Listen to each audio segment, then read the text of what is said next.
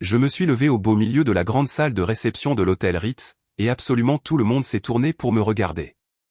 Enfin, pas tout de suite, mais quand vous êtes la seule personne en mouvement alors que quelqu'un prononce son grand discours de remerciement, vous devenez l'attraction principale.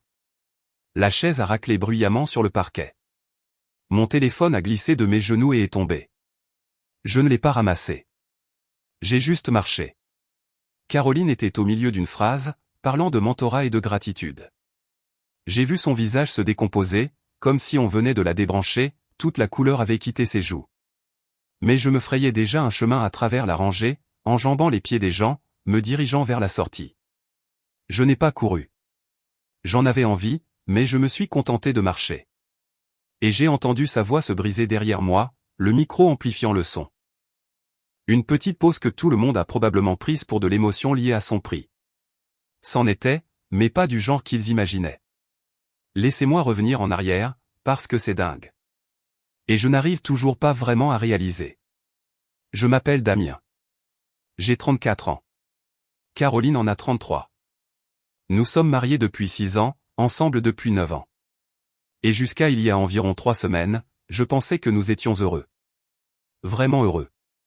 Pas parfait, on se disputait un peu plus ces derniers temps, mais je pensais que c'était juste le stress. Elle était en lice pour une énorme opportunité de carrière, un prix décerné par l'Association nationale du marketing, qui s'accompagnait d'une promotion au poste de directrice générale adjointe dans son cabinet à Paris. C'était énorme. Un salaire qui change la vie, un prestige qui change la vie. Mais voilà le truc, c'est moi qui ai rendu tout ça possible. Et je ne dis pas ça de manière prétentieuse. Je le pense littéralement. Il y a 4 ans, quand Caroline a été recrutée par ce cabinet, j'ai refusé une mutation à Lyon. Cela aurait représenté une augmentation de 40% pour moi, mais son opportunité était à Paris et nous venions d'acheter un appartement à Levallois. J'ai accepté un poste équivalent dans une autre entreprise pour qu'on puisse rester ici. Puis, il y a 2 ans, quand elle a voulu faire son exécutive MBA, c'est essentiellement moi qui l'ai financé. Nous avions des économies, mais j'ai pris des missions de consulting supplémentaires le week-end pour couvrir les frais de scolarité. Je n'essaie pas de passer pour un martyr. C'est juste pour donner le contexte et expliquer pourquoi ça fait si mal. L'autre type, c'est Guillaume. Il a 42 ans, il est dans le cabinet de Caroline depuis environ 12 ans. C'est un directeur associé. Super charismatique. Il fait toutes les conférences. C'est un peu le golden boy de la boîte. Quand Caroline a commencé, il l'a prise sous son aile. Du mentorat, comme il disait. Ils avaient des réunions café, des sessions stratégiques, des soirées tardives à bosser sur des appels d'offres. Je trouvais ça génial. Je l'encourageais. Je lui disais littéralement des choses comme « Avoir un sponsor comme Guillaume, c'est énorme pour ta carrière, tu devrais absolument aller à ce dîner, même si c'est la semaine de notre anniversaire de mariage. C'est ton moment. » Quel idiot je faisais. Environ 5 semaines avant la cérémonie de remise des prix, les choses ont commencé à devenir bizarres. Caroline était constamment sur son téléphone. Écoutez, elle a toujours beaucoup envoyé de messages, mais là, c'était différent. Elle souriait aux messages d'une manière spécifique, une sorte de petit sourire privé. Et elle a commencé à faire ce truc où elle inclinait l'écran loin de moi quand on regardait la télé ensemble. Des petits détails. On essayait aussi d'avoir un bébé. On n'en était pas encore au traitement de fertilité lourd, mais elle avait arrêté la pilule depuis 8 mois et rien ne se passait. Je commençais à ressentir cette pression, à me dire que c'était peut-être moi le problème. Que je devrais peut-être faire des tests. Et Caroline continuait de dire qu'on devrait attendre après la cérémonie pour vraiment s'y consacrer parce qu'elle était trop stressée. Ce qui avait du sens, je suppose. La vraie découverte a eu lieu 3 semaines avant la cérémonie. On organisait un dîner à la maison, un truc simple avec 4 autres couples, et le téléphone de Caroline n'arrêtait pas de vibrer sur le comptoir de la cuisine américaine. Elle était aux toilettes. Je n'essayais pas d'espionner, je le jure. Mais à la 3e vibration, j'ai jeté un coup d'œil et j'ai vu l'aperçu du message. Ça disait, je n'arrête pas de penser à hier soir. Tu es incroyable. De la part de Guillaume. Mon estomac s'est noué. Vous connaissez cette sensation où le sol se dérobe sous vos pieds? Je suis resté planté là, tenant une bouteille de vin comme un idiot. Caroline est revenue et je lui ai demandé, sur un ton super décontracté, qui n'arrêtait pas d'envoyer des textos. Elle a dit que c'était Nathalie du boulot, pour la logistique de la cérémonie. Elle n'a même pas hésité. Elle m'a menti droit dans les yeux. J'ai fait le truc qu'on n'est pas censé faire. J'ai commencé à surveiller, à écouter. Ce soir-là, après le départ de tout le monde, elle a pris une douche et a laissé son téléphone en charge dans la chambre. Je l'ai pris. Les SMS avec Guillaume étaient effacés, mais elle avait WhatsApp, que je ne savais même pas qu'elle utilisait. Et ils étaient là, des centaines de messages. Je me suis assis sur le sol de la salle de bain pour les lire, et j'ai cru que j'allais vomir. Ce n'était pas juste une tromperie. C'était une toute autre relation. Ils avaient des petits noms. Ils parlaient de quitter leur conjoint. Guillaume est marié aussi. Depuis 16 ans, il a 3 enfants. Dans les messages, il m'appelait le colocataire. Caroline appelait sa femme l'obligation. Il y avait des détails sur des chambres d'hôtel, sur la façon dont ils avaient failli se faire surprendre au bureau, et sur la façon dont, après la cérémonie, il y aurait ce grand dîner de célébration, et ils prévoyaient de s'éclipser ensemble. Guillaume avait écrit quelque chose comme « Après ton discours et quand tu seras officiellement DGA, je t'emmène dans la suite que j'ai réservée et on fêtera ça dignement. » Son discours, la cérémonie, c'était dans 3 semaines. Ce moment immense pour sa carrière. Et elle prévoyait de le remercier lui, de célébrer avec lui, de coucher avec lui dans une chambre d'hôtel pendant que je serais probablement assis chez nous à penser que ma femme était à un dîner professionnel. J'ai fait des captures d'écran, je me les suis envoyées, j'ai effacé la preuve de l'envoi. J'ai remis son téléphone en place. Puis je suis resté assis dans le noir à essayer de comprendre quoi faire. C'est là que ça se complique. L'appartement où nous vivons, nous l'avons acheté ensemble, mais j'ai apporté 70% de l'apport grâce à un héritage. Le nom de Caroline est aussi sur l'acte de propriété. Nous n'avons pas de contrat de mariage spécifique, donc le régime de la communauté s'applique par défaut, ce qui rend les choses délicates. Rompre juste avant cette cérémonie signifierait gérer la liquidation des biens pile au moment où elle allait obtenir cette énorme promotion. J'aurais l'air du mari amer essayant de saboter son succès. Et ses parents, que j'aime vraiment beaucoup, venaient spécialement à Paris pour la cérémonie. Ils allaient loger chez nous. Toute cette histoire se transformait en réunion de famille. Mon pote Stéphane était la seule personne à qui je l'ai dit. On a pris un verre 2 semaines avant la cérémonie et je lui ai montré les captures d'écran. Il est resté assis là, secouant la tête. Il m'a dit que je devrais la confronter immédiatement, tout faire exploser. Qu'est-ce qu'on s'en fout de la cérémonie? Mais je ne pouvais pas. Je ne sais pas pourquoi. Une partie de moi voulait voir si elle le ferait vraiment. Si elle oserait se tenir là-haut et le remercier publiquement. Les 2 semaines suivantes furent une torture. Caroline était stressée par son discours, le répétant devant le miroir. Elle me demandait mon avis. Je m'asseyais sur notre lit, l'écoutant parler de gratitude, de mentorat et des gens qui ont cru en elle, et j'avais envie de hurler, mais je hochais la tête et disais que c'était super. Ses parents sont arrivés 4 jours avant la cérémonie. Anne-Marie et Édouard, des gens adorables. Ils ont apporté des cadeaux. Ils n'arrêtaient pas de me serrer dans leurs bras et de dire à quel point ils étaient fiers que je soutienne si bien Caroline. Édouard m'a pris à part et m'a dit que me voir me sacrifier pour sa carrière lui rappelait son propre père. J'ai failli tout lui dire sur le moment. Failli dire, votre fille couche avec son patron et prévoit de me quitter, mais je n'ai rien fait. Le plus bizarre, c'est que Caroline semblait encore plus affectueuse cette semaine-là. Elle initiait les rapports sexuels. Elle me faisait des câlins sur le canapé. Elle n'arrêtait pas de me dire qu'elle m'aimait. Je pense que c'était peut-être de la culpabilité, ou peut-être juste une performance pour ses parents. Dans les 2 cas, ça me rendait malade. Nathalie, l'amie et collègue de Caroline, est passée à la maison 3 jours avant la cérémonie pour l'aider à choisir sa robe. Elles ont fait tout un défilé de mode dans la chambre. Et je pouvais les entendre parler.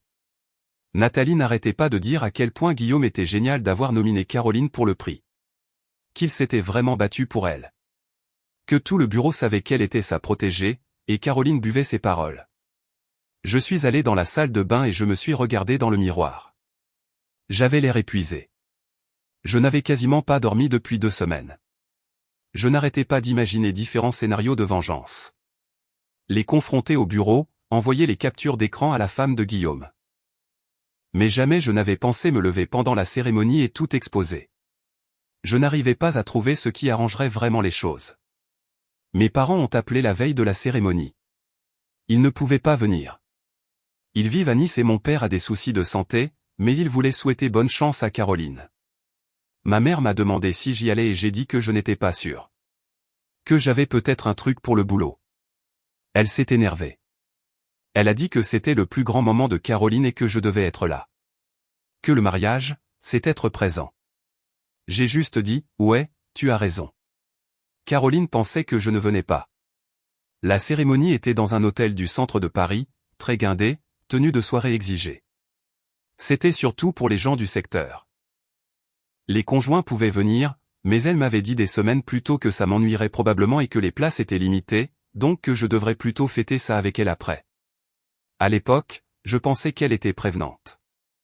Maintenant, je réalisais qu'elle ne voulait pas que je sois là parce que Guillaume y serait, parce qu'elle prévoyait de le remercier dans son discours et qu'elle ne voulait pas que je voie ça.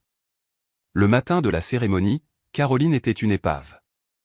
Elle n'arrêtait pas de changer de tenue, de refaire son maquillage, de répéter son discours. Je lui ai fait du café et je lui ai dit qu'elle serait incroyable.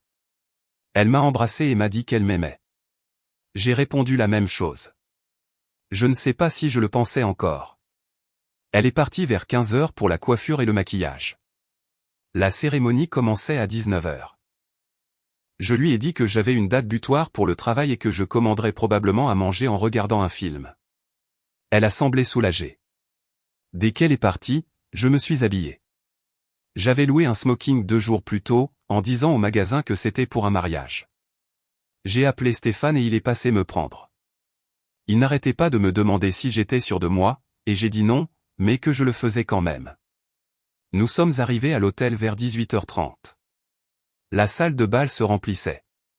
J'ai montré mon billet à l'entrée, que j'avais acheté en ligne sous un faux nom avec mon email pro. Caroline avait dit aux organisateurs que son mari ne venait pas, donc il ne me chercherait pas. J'ai trouvé un siège au fond, au milieu d'une rangée, un peu caché derrière une colonne. Je pouvais voir la scène, mais je n'étais pas visible. Stéphane s'est assis à côté de moi. Il avait apporté une flasque. On se l'est passé discrètement. La catégorie de Caroline était la 3e avant la fin. Je suis resté assis pendant près de 2 heures de remise de prix, de discours et de bavardage de réseautage. Mon cœur battait la chamade tout le temps. Je voyais Caroline à sa table près du devant. Guillaume était assis à côté d'elle. Il riait. Elle lui touchait le bras. Il lui chuchotait quelque chose à l'oreille et elle rougissait. J'ai senti Stéphane se tendre à côté de moi. Il a chuchoté, c'est vraiment dégueulasse. Et j'ai hoché la tête.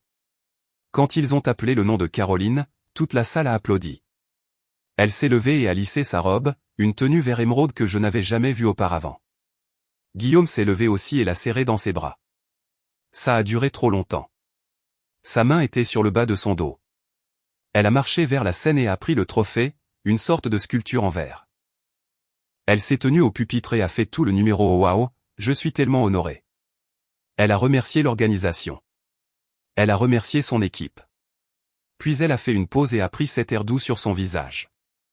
Elle a dit, je tiens à remercier mon mentor, Guillaume Meunier, qui a été mon rock tout au long de ce parcours. Guillaume, tu as vu du potentiel en moi quand je ne le voyais pas moi-même. Tu m'as poussé à prendre des risques, à rêver plus grand, à ne jamais me contenter de peu. Chaque succès que j'ai eu ces 4 dernières années, c'est parce que tu as cru en moi. Honnêtement, je ne sais pas où je serais sans toi. La salle a applaudi. Guillaume s'est levé à sa table et a fait un petit signe de la main faussement modeste. Caroline le regardait droit dans les yeux. Elle avait les larmes aux yeux. Elle ne m'a pas mentionné une seule fois. Je veux dire, elle parlait encore, remerciant d'autres personnes, mais je n'entendais plus rien. Un bourdonnement a commencé dans mes oreilles. Stéphane m'a attrapé le bras. Je l'ai regardé et il a juste secoué la tête. Je me suis levé. Caroline était au milieu d'une phrase. Quelque chose sur le travail d'équipe. Et je suppose que le mouvement a attiré son regard parce qu'elle a regardé vers le fond de la salle. Nos yeux se sont croisés. J'ai vu son visage changer. Il est passé de rayonnant à confus, puis à blême. Complètement livide. Sa bouche s'est ouverte. Elle s'est arrêtée de parler pendant 3 bonnes secondes. Les gens ont commencé à regarder autour d'eux pour voir ce qu'elle fixait. Elle a bafouillé quelque chose. Je ne sais même pas quoi. Elle essayait de reprendre le fil, mais j'étais déjà en mouvement, ma chaise raclant le sol, mon téléphone tombant, les gens de ma rangée se dépêchant de rentrer leurs pieds. Quelqu'un derrière moi a chuchoté, « Il va bien ce type ?» Et quelqu'un d'autre a dit, « Je crois que c'est son mari. » J'ai entendu Caroline dire mon prénom dans le micro, Damien, comme une question. Comme si elle ne pouvait pas croire que j'étais réel. Je ne me suis pas retourné. J'ai atteint le couloir et Stéphane était juste derrière moi. On pouvait entendre des murmures confus venant de l'intérieur de la salle de bal. Puis le son de la voix de Caroline, tremblante maintenant, essayant de finir son discours. Nous sommes partis, on est monté dans la voiture de Stéphane et on a roulé. Je ne suis pas rentré chez moi. Je suis allé chez Stéphane et j'ai dormi sur son canapé. Mon téléphone a commencé à exploser vers 21h. Caroline a appelé 40 fois, a laissé des messages vocaux en pleurant, disant qu'elle pouvait expliquer, que j'avais mal compris, disant « S'il te plaît, réponds. S'il te plaît, rentre à la maison. » Qu'est-ce que je faisais là? Pourquoi je ne lui avais pas dit que je venais? Guillaume m'a envoyé un SMS. Il m'a carrément écrit directement. Il disait « On doit parler. Caroline est hystérique. Quoi que tu penses savoir, tu as tort. » Je l'ai bloqué. La mère de Caroline a appelé. Elle a dit que Caroline l'avait appelée en sanglots, disant que je l'avais abandonnée pendant le plus grand moment de sa carrière, qu'elle ne comprenait pas ce qui s'était passé. Anne-Marie a demandé ce qui se passait, et j'ai juste dit « Demandez à votre fille pour Guillaume. » Et j'ai raccroché. Je n'ai pas dormi. Vers 2h du matin, Caroline a débarqué à l'appartement de Stéphane. Je ne sais pas comment elle a su que j'étais là. Elle a martelé la porte en pleurant et Stéphane lui a dit de partir ou qu'il appellerait la police. Elle est partie. Le lendemain matin, je suis retourné à notre appartement quand je savais qu'elle serait au travail. J'ai fait mes valises, pris les documents importants, mon ordinateur portable, des vêtements. J'ai laissé mon alliance sur le comptoir de la cuisine. Elle est rentrée alors que j'étais encore là. Elle avait l'air dévastée. Ses yeux étaient gonflés. Elle portait encore sa robe de la veille. Elle a commencé à parler très vite, disant qu'elle était désolée, que le discours avait été écrit il y a des semaines, qu'elle ne voulait pas que ça sonne comme ça, que Guillaume n'était qu'un collègue, que j'étais fou. J'ai sorti mon téléphone et j'ai lu un des SMS à voix haute, celui où Guillaume disait qu'il avait hâte de vénérer son corps après la cérémonie, et où elle répondait avec un emoji clin d'œil. Elle s'est assise par terre, s'est effondrée, a commencé à faire de l'hyperventilation. Je suis parti, je suis allé à l'hôtel, et j'ai demandé le divorce le lendemain. Voici une mise à jour puisque des gens ont demandé. Ça fait 2 mois. La procédure de divorce avance. Il s'avère que la femme de Guillaume soupçonnait déjà quelque chose. Quand je lui ai envoyé les captures d'écran, elle a demandé le divorce aussi. Guillaume a été rétrogradé au travail parce qu'apparemment, l'entreprise a une politique stricte concernant les relations au sein de la hiérarchie. Il était le supérieur direct de Caroline. Les RH ont enquêté et ont trouvé d'autres plaintes pour comportement inapproprié. Il va probablement se faire virer. La promotion de Caroline au poste de DGA a été annulée. L'entreprise a dit que c'était dû à une restructuration, mais tout le monde sait pourquoi. Elle est toujours dans le cabinet, mais l'ambiance est infernale. Apparemment, Nathalie a arrêté de lui parler une fois que toute l'histoire est sortie. Caroline continue d'essayer de me contacter. Elle a envoyé une longue lettre expliquant qu'elle avait fait une erreur, qu'elle avait peur de l'engagement, que la thérapie l'aidait à comprendre son comportement. Je n'ai pas répondu. Mes parents se sentent horriblement mal. Ma mère a envoyé des fleurs et une carte d'excuse pour m'avoir poussé à aller à la cérémonie. Je lui ai dit que ce n'était pas sa faute. Parfois, je repense à ce moment où nos yeux se sont croisés. La façon dont son visage a changé, la façon dont elle a su instantanément que tout était fini. Je ne vais pas mentir et dire que ça m'a fait du bien. C'était horrible. Mais ça semblait aussi nécessaire, comme regarder quelque chose qui devait inévitablement arriver. Je reste chez Stéphane en attendant que la situation de l'appartement soit réglée. Je tiens le coup. Je pense que certains jours sont plus durs que d'autres, mais je ne suis pas celui qui doit vivre avec ce que j'ai fait. C'est elle.